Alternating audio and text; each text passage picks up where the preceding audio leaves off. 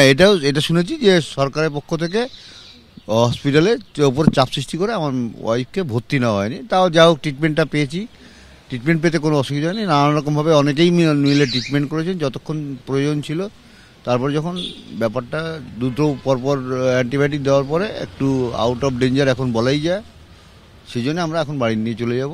যদি একসঙ্গে আরও লোক সংখ্যা যদি এখানে বেশি থাকতো তাহলে এই ধরনের অপ্রীতিকর ঘটনা ঘটতো না। পুলিশ দেখেছে লোক সংখ্যা অনেক কম, তাই জন্য এই সমস্ত ঘটনা ঘটাতে সাহস পেয়েছে। এটাই না কেন, মানে কোনো স্পেসিফিক কারণ না যে রাজনীতির ছোঁয়া বাঁচিয়ে চলতে বামেরা তো ছিল এখানে। আমি যাদের চিনি তারা অনেককেই দেখেছি ছিল। এবং একটা কথা পরিষ্কার বলছি, যাদের আমরা আমন্ত্রণ করিনি তৃণমূলের তাদেরও লোকজন ছিল, এবং আমাদের সঙ্গে ওই হেস্টিংস পর্যন্ত যারা গেছিল তাদের মধ্যেও তৃণমূলের লোকজন ছিল। এই যে শিবস ব্রিজের ওঠার মুখটার মধ্যে যেখানে ব্যারিকেড দিকে ওই জায়গাটাই আমি যেহেতু আমাকেও ধরেছিল, কিন্তু আমাকে ধরে রাখতে পারেনি। আমার হাত জামা কাপড় দেখুন, আমার জুতোটার অবস্থা দেখুন, ছিঁড়ে ফেলেছে। এই আমার জামা কাপড় সব অবস্থা খারাপ করে দিয়েছে, কিন্তু আমাকে আটকে রাখতে পারেনি। কিন্তু পুলিশ লোকের যত জনসংখ্যা ছিল তার থেকে অনেক বেশি পুলিশ ছিল। ডিসিজ ওনার মা যেটা অ্যালিগেশন করছেন, নিশ্চয়ই ওনার ইঞ্জুরি হয়েছে, সেটা রেগুলেটেবল আছে।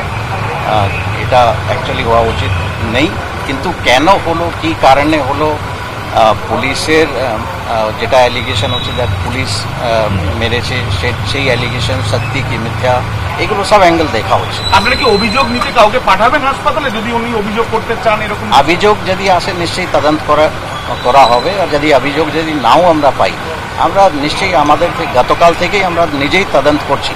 এই যে শিবস ব্রিজের ওঠার মুখটার মধ্যে যেখানে ব্যারিকেড দিকে ওই জায়গাটাই আমি যেহেতু আমাকেও ধরেছিল, কিন্তু আমাকে ধরে রাখতে পারেনি। আমার হাত জামা কাপড় দেখুন, আমার জুতোটার অবস্থা দেখুন, ছিঁড়ে ফেলেছে। এই আমার জামা কাপড় সব অবস্থা খারাপ করে দিয়েছে, কিন্তু আমাকে আটকে রাখতে পারেনি। কিন্তু পুলিশ লোকের যত জনসংখ্যা ছিল তার থেকে অনেক বেশি পুলিশ ছিল। হ্যাঁ, টেনে সাইডে নিয়ে গিয়ে মেয়ে পুলিশ সাইডে টেনে নিয়ে গিয়ে তারপর মেরেছে। ডাক্তাররা মোটামুটি বলেছেন আউট অফ ডেঞ্জার। আমরা সেই জন্য বলেছি আমরা এখানে হসপিটালে থাকা তো অসুবিধা, আমরা হসপিটালে থাকবো না। আমরা দুপুরের মধ্যে ছাড়িয়ে বাড়িতে নিয়ে যাই। ছিল কালকে পরিস্থিতি খুবই খারাপ ছিল, তখন ডাক্তাররাও আতঙ্কিত ছিলেন। সেই জন্যে উনি ওইসব কথা হয়তো বলতে পারেন। তখন উনি যখন এসেছিলেন তখন অবস্থা খারাপ হয়েছিল। এখন আর যা অবস্থা আছে মোটামুটি বাড়িতে রাখবো। আর ডাক্তাররা তো সবসময় আমাদের সঙ্গে যোগাযোগ রাখেন, কোনো ট্রিটমেন্টে কোনো সমস্যা হবে না। না না না না না গতকাল তারা বিভিন্ন কয়েকটা জায়গায় প্রোগ্রামও করেছে, সেই ভিডিও আমাকে পাঠিয়েছে।